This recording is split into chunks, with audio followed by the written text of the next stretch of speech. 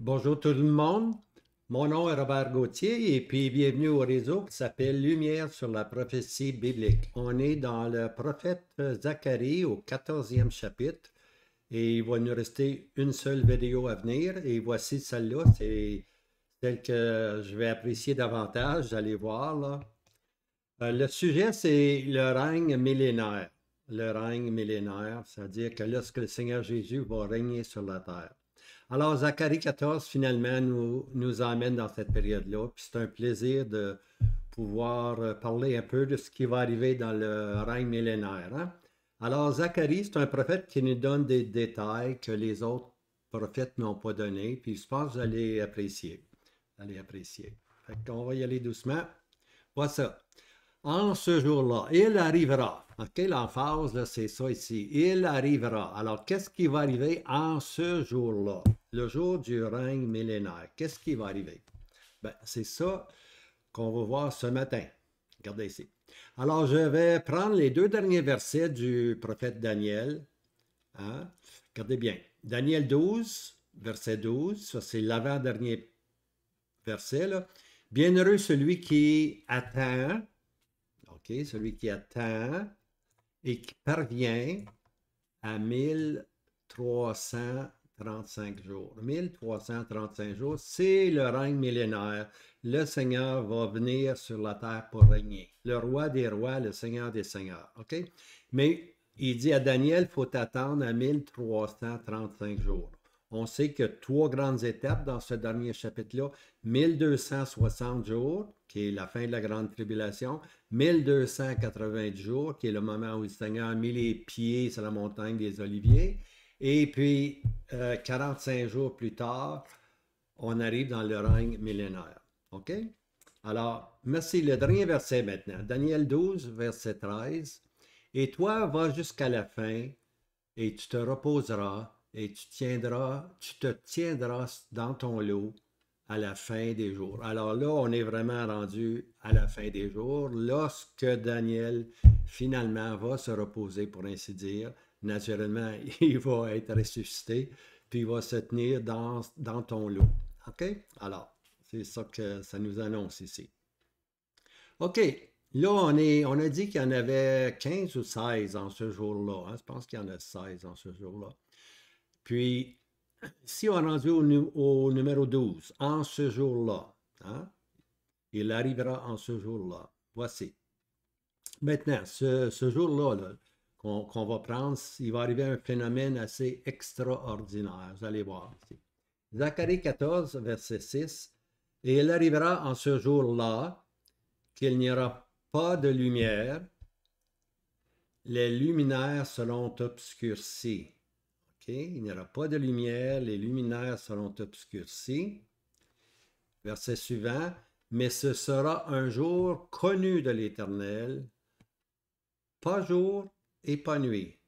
Au temps du soir, il y aura de la lumière. Alors, c'est pas un jour, c'est pas une nuit. Au temps du soir, il va y avoir de la lumière.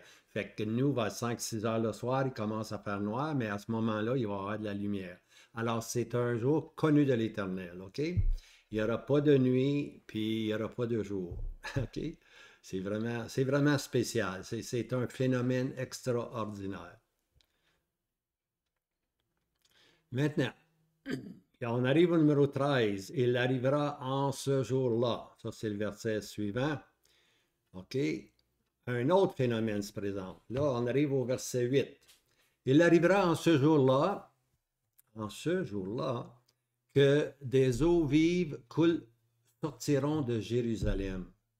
La moitié vers la mer orientale, puis la moitié vers la mer d'Occident. Cela aura lieu été et hiver. Alors, des eaux vives vont sortir de Jérusalem. Ils vont sortir du temple qui est à Jérusalem. La moitié va aller vers la mer orientale, qui est la mer morte, et puis l'autre moitié va aller vers la mer d'Occident, qui est la mer Méditerranée. Cela aura lieu été et hiver. Donc, ça ne gèlera pas. Ça va être là. Les eaux vont couler continuellement pendant 1000 ans. Pendant le règne de Christ, ces eaux-là vont couler. OK? Puis on va voir ce qui va arriver. Et puis finalement, Zacharie 14, verset 9, « Et l'Éternel sera roi sur toute la terre. » C'est à ce moment-là que le Seigneur va être roi sur toute la terre. OK? Maintenant, je veux m'en venir, moi, à vous faire comprendre les eaux vives qui vont sortir sous le temple de Jérusalem. Regardez bien. Zacharie 14, verset 10, ça c'est le verset suivant.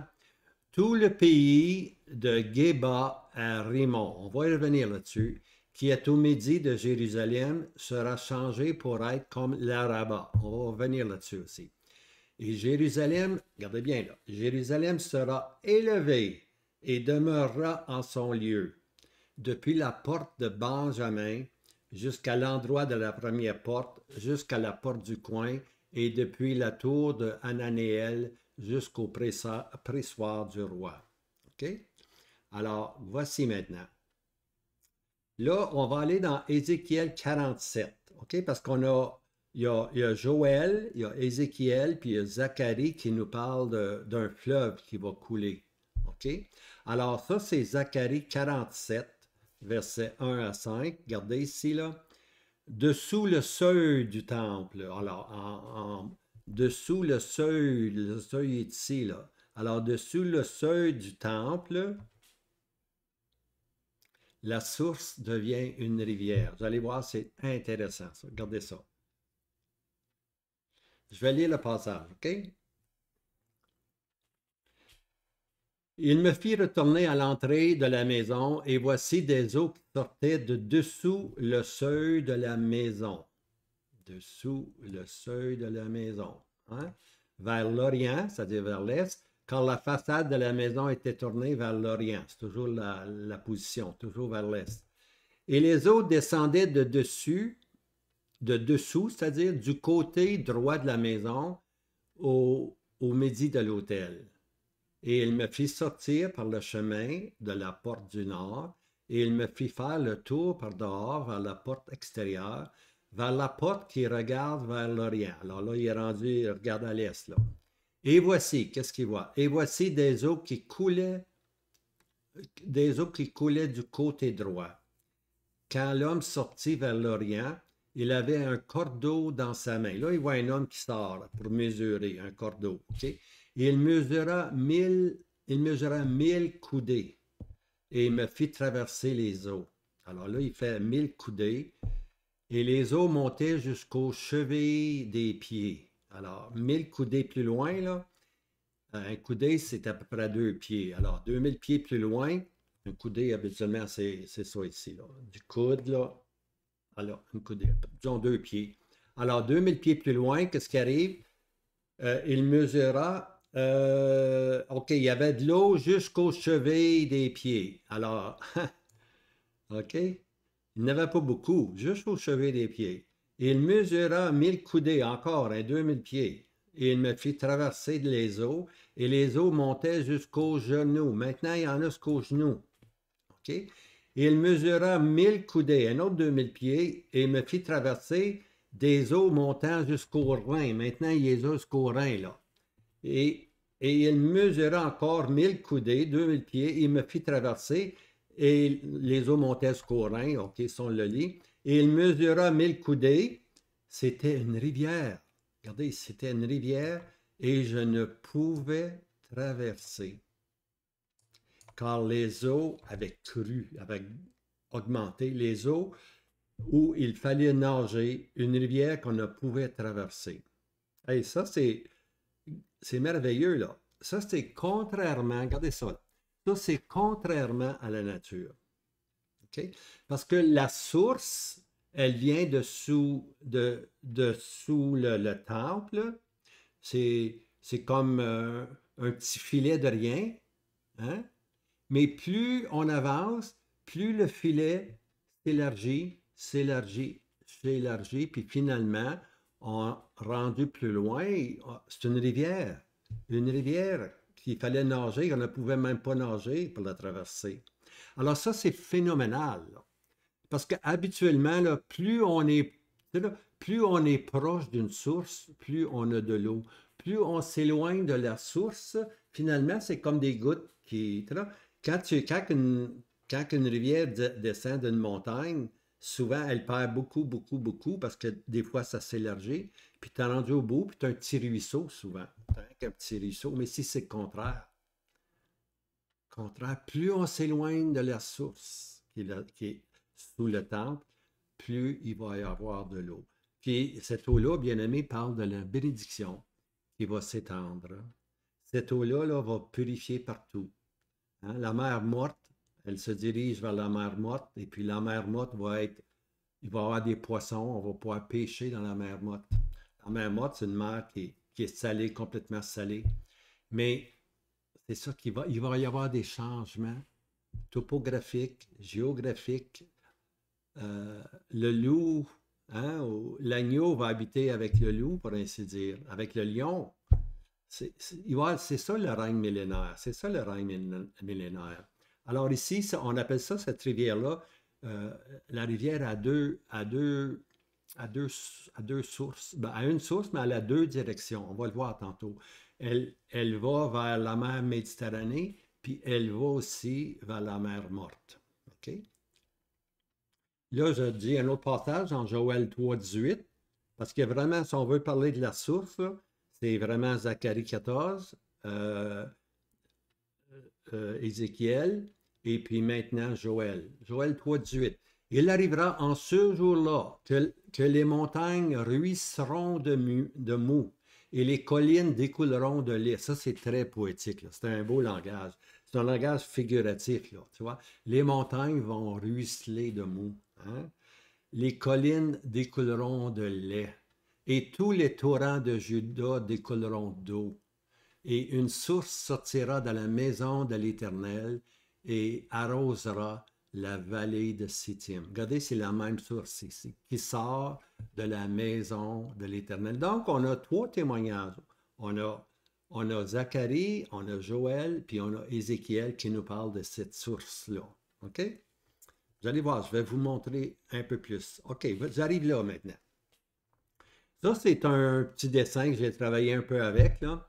Maintenant, les trois, regardez ici. Là, c'est le millénium. On est rendu à 1335 jours. Hein, millénium. Il va y avoir une rivière qui est double. OK? Puis, il y a un verset ici en bas, là, regardez le psaume. C'est le psaume 18, verset 2. Il faut aller le vérifier. Belle dans son élévation, la ville du grand roi. Alors, la ville du grand roi va être haut élevé, belle dans son élévation. OK? Alors, les trois versets qui nous parlent de cette source double, là, je les ai marqués ici, vous pouvez les marquer si vous voulez. Là. Zacharie 14, Ézéchiel 47, puis Joël 3. OK? Maintenant, ce qu'on veut aller chercher, c'est ces expressions-là dans le verset 10, ici, là. Tout le pays de Géba à Rimon. OK? Alors, on va voir de Géba à Rimon. OK? Tout sera changé pour être comme l'Araba. OK? Alors, c'est les trois termes qu'on veut. Maintenant, Géba, OK? Géba est ici, là. Regardez, Géba, il est juste là, là. OK? Et puis, Rimon, il est juste ici. OK? Alors, tout ce pays-là, là, de Rimon à Géba, là, ça va s'élever. Hein, ça va s'élever, c'est dit ici, là.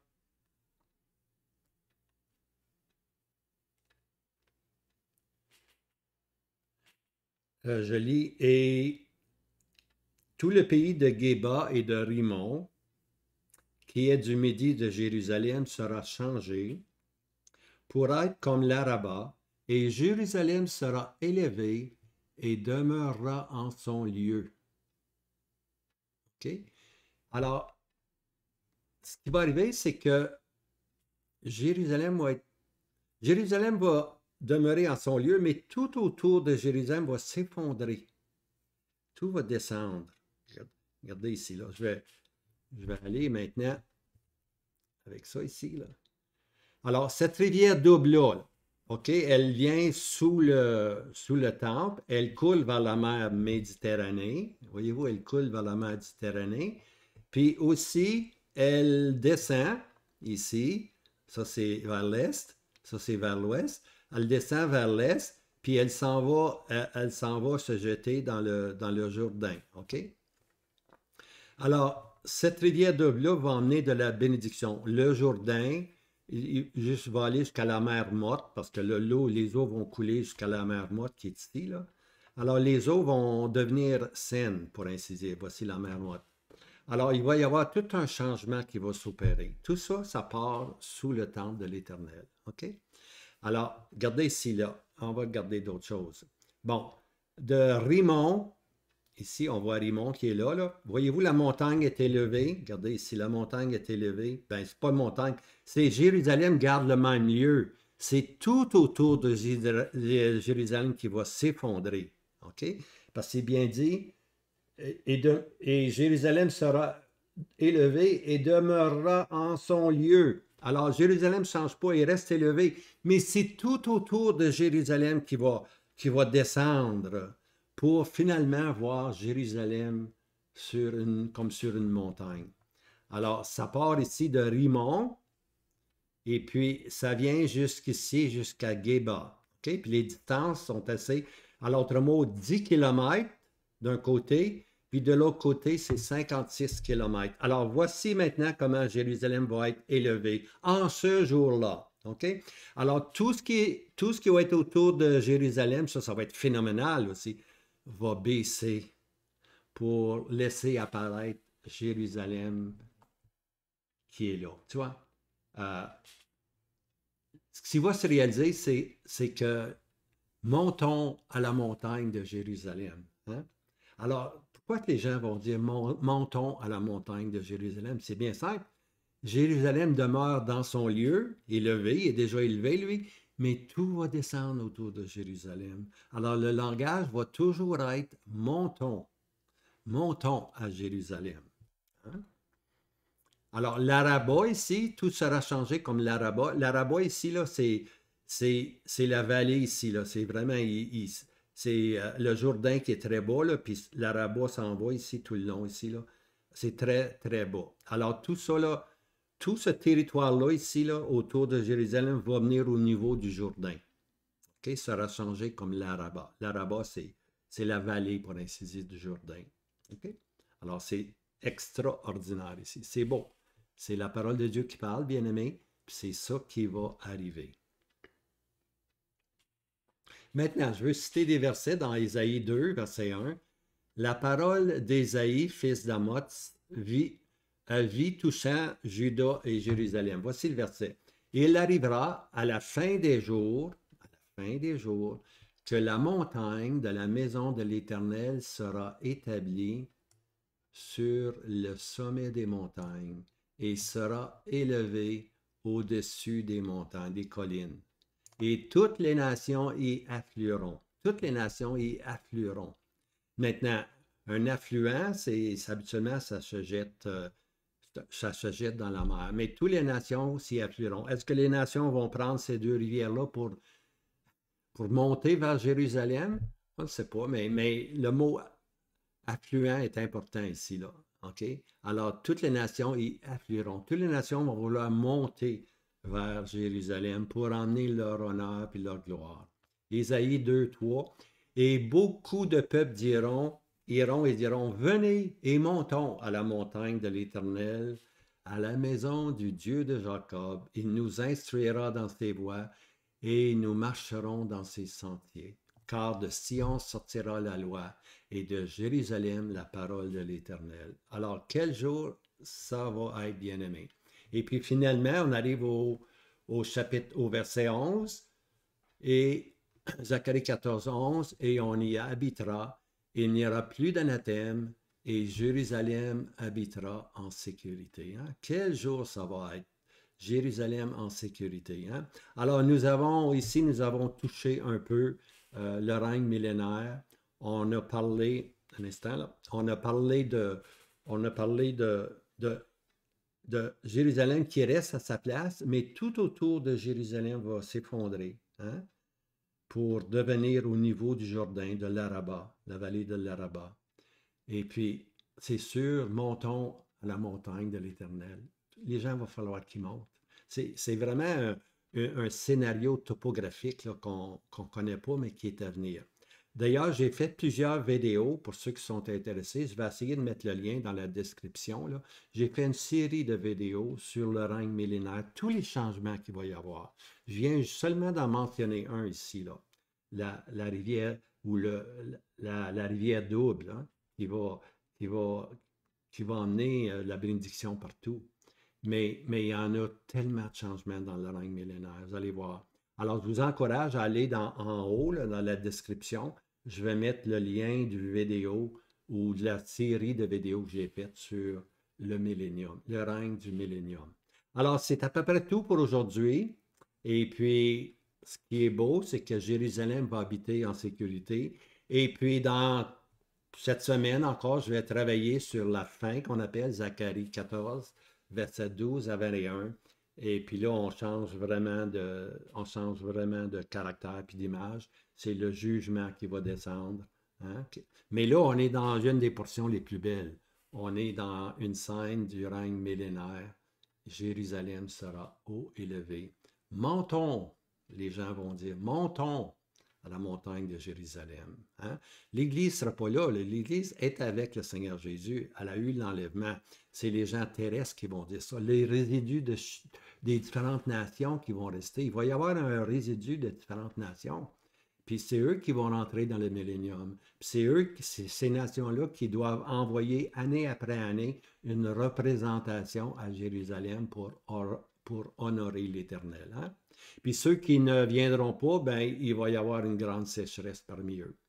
Mais pour le moment, on est dans la beauté de la source d'eau qui sort sous le temple, qui va vers la mer Méditerranée et qui va vers la mer Morte, emmenant avec elle les bénédictions du règne millénaire. Alors que le Seigneur vous garde, oui, le millénium est à venir. Oui, le millénium est une dispensation, bien-aimé. Dispensation veut dire une période. Oui, le millénium, il y a une période de réservée parce que le Seigneur Jésus va être à ce moment-là le roi des rois, le Seigneur des seigneurs. Mais pour nous, on est l'épouse, on est avec le Seigneur Jésus. Mais les gens, eux, vont reconnaître, les gens de la terre vont reconnaître le Seigneur Jésus comme étant leur roi. Nous, on le reconnaît comme étant notre époux. Hein? Seigneur Jésus, viens bientôt, mon Viens, Seigneur Jésus. Alors, je vous laisse. À bientôt.